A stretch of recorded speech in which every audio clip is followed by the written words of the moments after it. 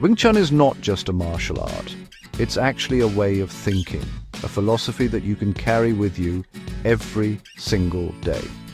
When people think of martial arts, they often imagine high kicks and powerful, flashy moves. They see what looks good in movies.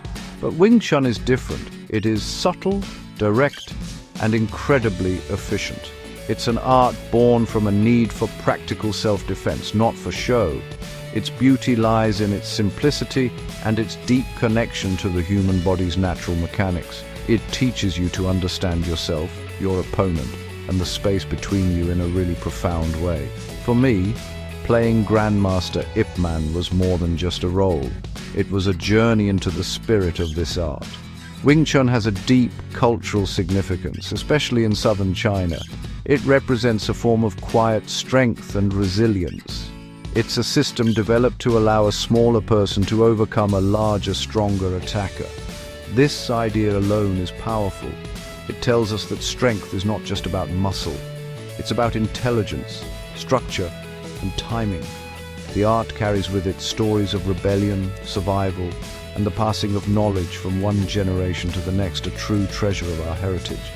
The movements of Wing Chun are like a conversation. You're not just blocking and striking, you're listening to your opponent's energy. You are feeling their intentions through contact. This is what we call sensitivity. It's a skill that goes beyond fighting. It teaches you to be more aware in your daily life, to react calmly under pressure, and to find the most direct solution to a problem. This is why I say it is a philosophy. The principles you learn in the Kwun, the training hall, can be applied to challenges at work, in your relationships, and within yourself. It builds a quiet confidence that doesn't need to be loud.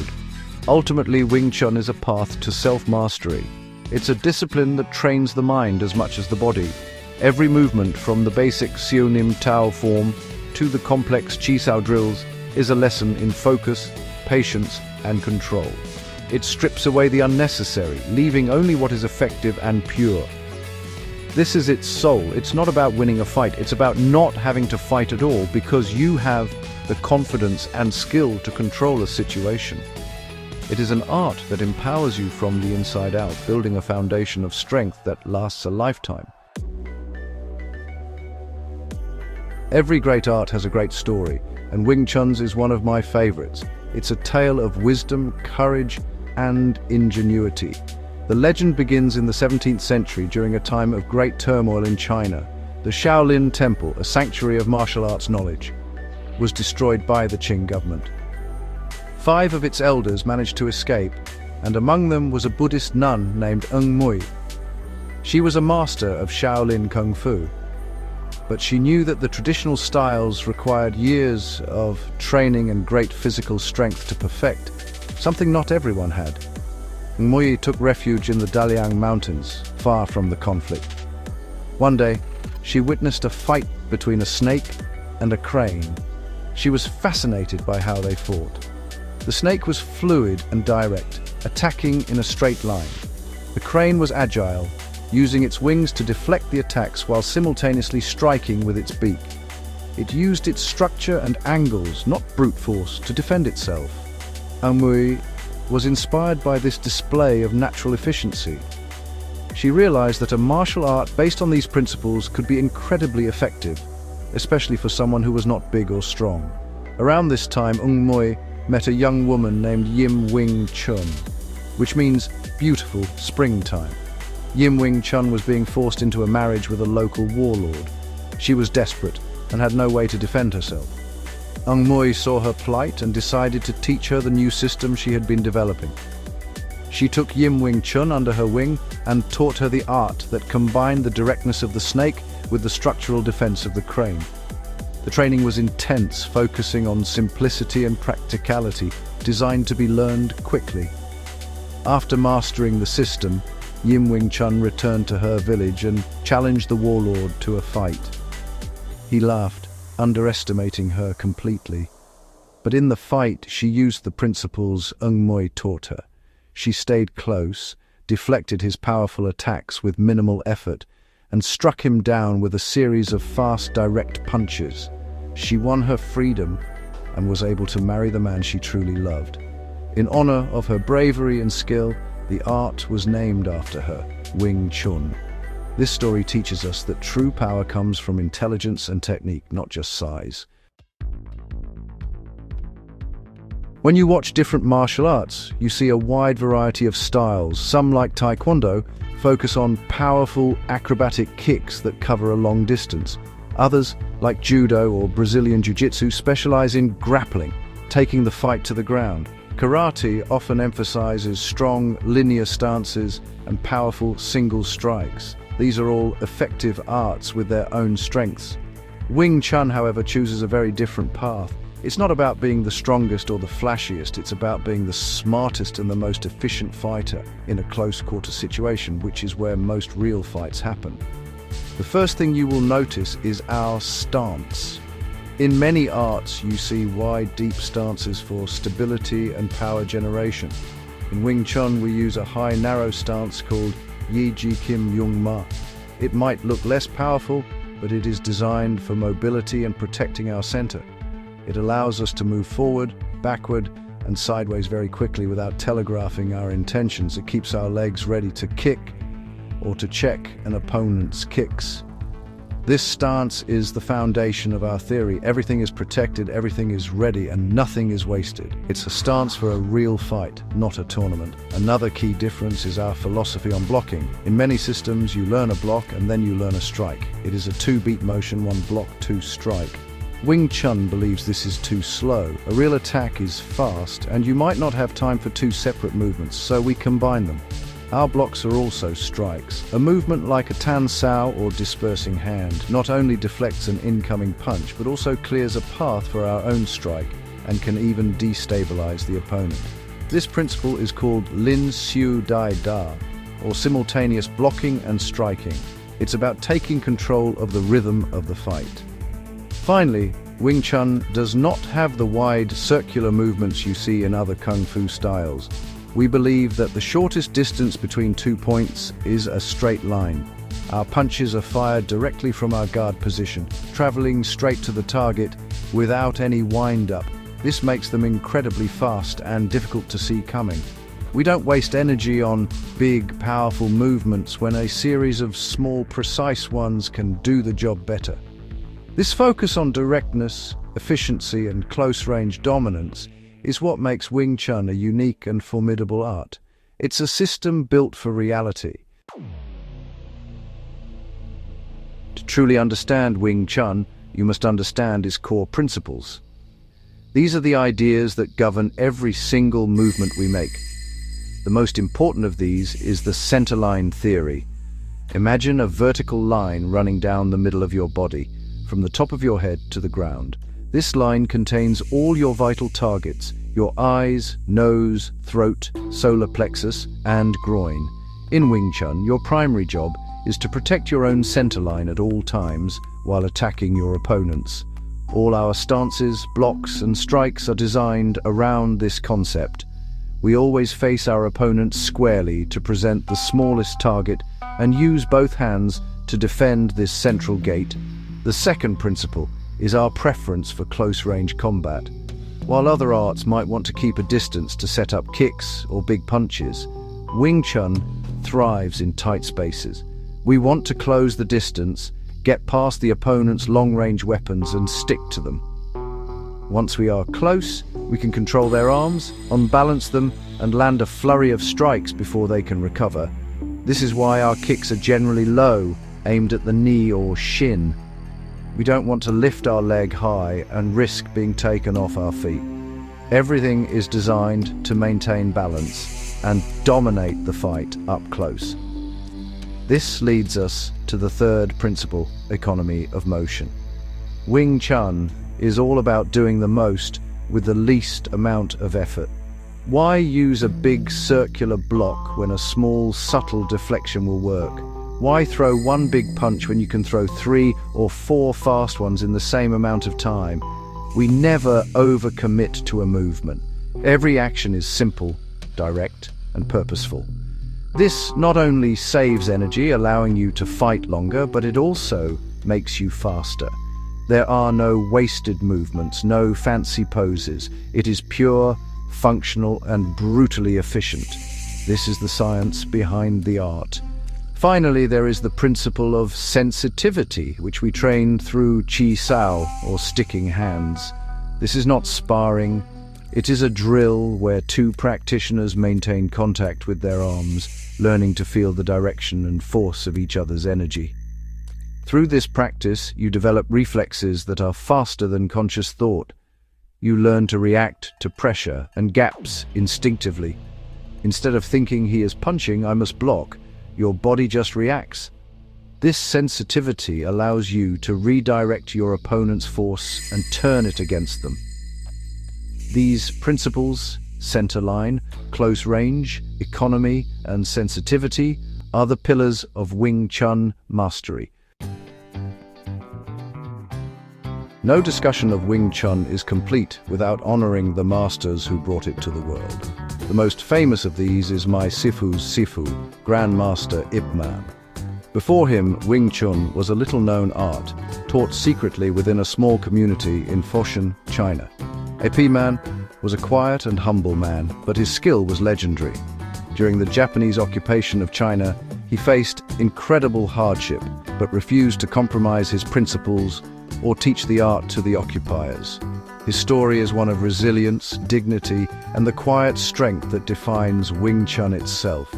After the war, Ip Man moved to Hong Kong and out of necessity began teaching Wing Chun publicly for the first time. It was a difficult start. His style was so different, so direct, that many traditional martial artists did not understand it. But his students quickly learned its effectiveness. He did not just teach techniques, he taught the theory and the character behind the art. He produced a generation of incredible masters who would go on to spread Wing Chun across the globe. He was the trunk of the tree from which all modern branches of Wing Chun have grown. Portraying him was the greatest honor of my career. And from that tree came one of the most famous martial artists of all time, Bruce Lee. He came to Ip Man as a rebellious teenager, looking for a way to win street fights. But in Wing Chun, he found something deeper. He learned the principles of directness, economy of motion, and intercepting an opponent's attack. Wing Chun became the core of his own martial philosophy.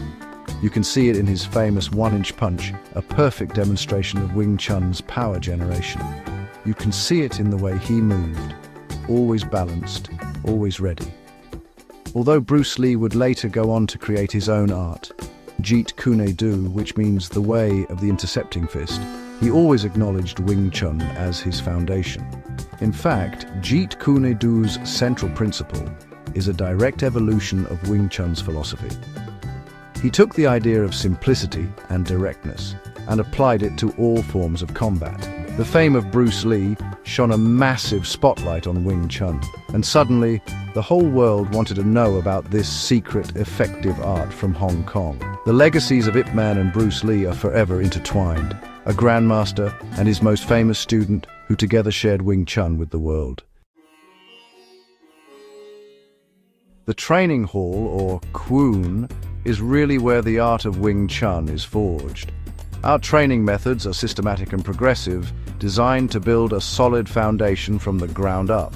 It all begins with the first form, Xiao Nim Tao, which translates to little idea. This form is basically the alphabet of Wing Chun. It is performed in a stationary stance and teaches you the fundamental hand movements, proper structure, and the concept of the center line. It looks very simple, but honestly, it is the most important form. You spend a lifetime perfecting it, learning to generate power from structure, not muscle, and training your mind to be calm and focused. After mastering the basic shapes of Xiao Nim Tao, students move on to the second form, Chum Kyu, or seeking the bridge. This form introduces movement. It teaches you how to turn, step, and advance, while maintaining your structure and center-line control. It's in Chum Kyu that you really learn how to bridge the gap to your opponent, closing the distance safely and effectively. This form also incorporates kicking and simultaneous block and strike combinations, making your movements much more dynamic. It builds upon the foundation of the first form, teaching you how to apply those principles while in motion, which is essential for a real fight. The third form, BUG, or thrusting fingers, is considered the emergency form. It contains the get-out-of-jail-free techniques. It teaches you how to recover your center line if you have been knocked off balance or your structure has been broken. The movements are more short-range and explosive, designed for desperate situations. BUG trains you to use your elbows, fingers, and other techniques to fight your way back to a dominant position. It is usually taught only to advanced students who have a deep understanding of the first two forms and the principles behind them. Alongside the empty hand forms, we also train with tools. The Mukyanjong, or wooden dummy, is perhaps the most iconic piece of Wing Chun equipment. It is a training partner that never gets tired. Practicing on the dummy teaches you about angles, positioning, and flowing from one technique to another. We also have the Luk Dim Boon Guan, the long pole, and the Bacham Dao, the butterfly swords, which teach extensions of the same body mechanics and principles you learn in the empty hand system. All these methods, forms, drills, dummy, and weapons, work together to create a complete and well-rounded martial artist. If you are thinking about starting your journey in Wing Chun, my first piece of advice is simple: be patient. This is not an art that you can master in a few months. It requires dedication and consistent practice. The first form, Xiao Nim Tao, might seem boring at first. You are just standing still, moving your arms slowly. But this is where the magic happens. You are building the muscle memory and the structural integrity that everything else will be built upon. Do not rush this process. Embrace the repetition. Find the small details in every movement. A strong foundation will make everything that comes later much easier to learn. Second, find a good sifu, a good teacher. A good teacher will not just show you moves, they will explain the why behind them.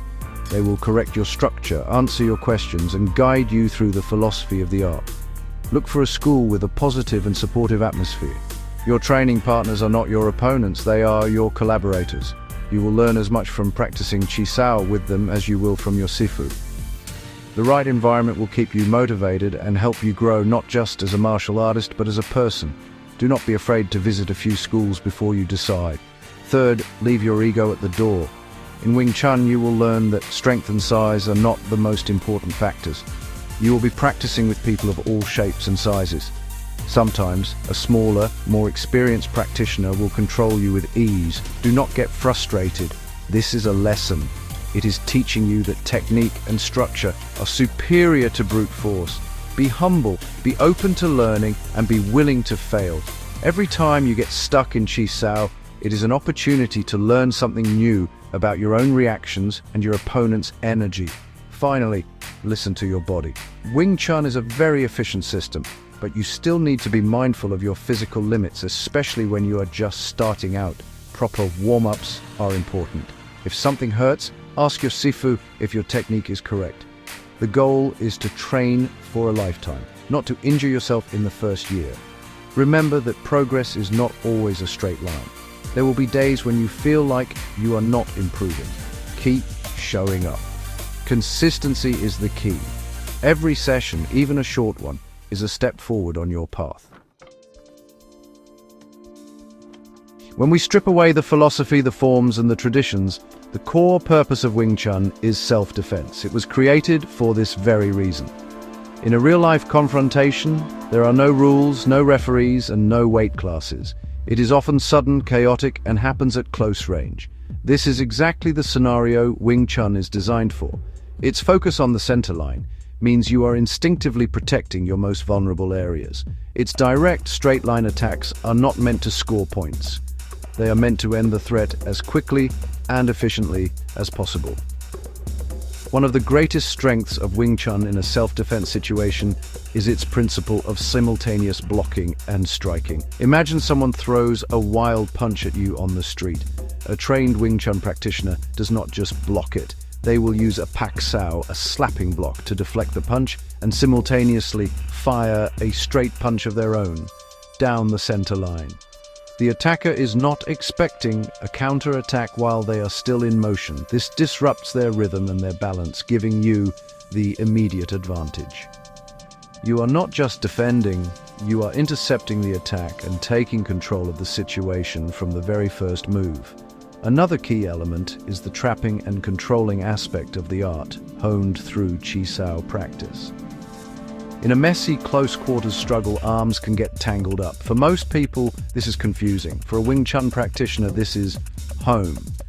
We are trained to feel where the opponent's arms are and to trap them, pinning them against their body or each other. This momentarily immobilizes their weapons, their hands, and opens them up for a series of rapid-fire chain punches. A real fight is not a clean boxing match, it's a scramble. Wing Chun gives you the tools to dominate that scramble. Let me tell you a story my Sifu told me. One of his students was cornered in a narrow alley by a much larger man. The man grabbed his shirt, ready to punch him. Instead of panicking, the student relaxed. He used a bong sao, or wing arm, to deflect the incoming punch, rotated his body to unbalance the larger man, and struck him twice in the throat and solar plexus. The fight was over in less than 3 seconds. He did not need immense strength. He used structure, angles, and timing. This is the power of Wing Chun. It is not about fighting. It is about providing a solution to violence. In the end, the most beautiful thing about Wing Chun is that it is truly for everyone. It does not matter if you are big or small, young or old, man or woman. The principles of the art are based on science and body mechanics, not on athletic ability or raw strength. I have seen 70-year-old masters who can control powerful young men with what looks like no effort at all. I have seen small women generate incredible power because they understand structure and timing. The art levels the playing field. It empowers the individual by teaching them to use their mind as their primary weapon. The benefits of practicing Wing Chun extend far beyond the ability to defend yourself. It is a form of moving meditation. Practicing the forms calms the mind, improves focus, and reduces stress. The constant attention to your body's structure and posture will improve how you stand and move in your everyday life. The sensitivity training of Chi Sao makes you more aware of your surroundings and the people around you. It teaches you to stay calm and think clearly under pressure, a skill that is invaluable in any high-stakes situation, whether it is a physical confrontation or a difficult business meeting. The journey into Wing Chun is a journey into yourself. It will challenge you and it will force you to confront your weaknesses, but it will also reward you with a deep sense of confidence and self-awareness. This is not the loud, arrogant confidence of a bully. It is a quiet, calm confidence that comes from knowing you have the skills to protect yourself and your loved ones. It is the peace of mind that comes from knowing you can walk away from a fight, not because you are scared, but because you do not need to prove anything. So, if you're looking for something more than just a workout, if you're looking for a path to personal growth, I encourage you to explore Wing Chun. Find a school, take that first step, and begin your journey. It is a commitment, but it is one that will pay you back for the rest of your life. The art has given me so much, both on screen and off. It has shaped my body, my mind, and my spirit. It is a timeless art with a lasting power, and its path is open to anyone with the will to walk it.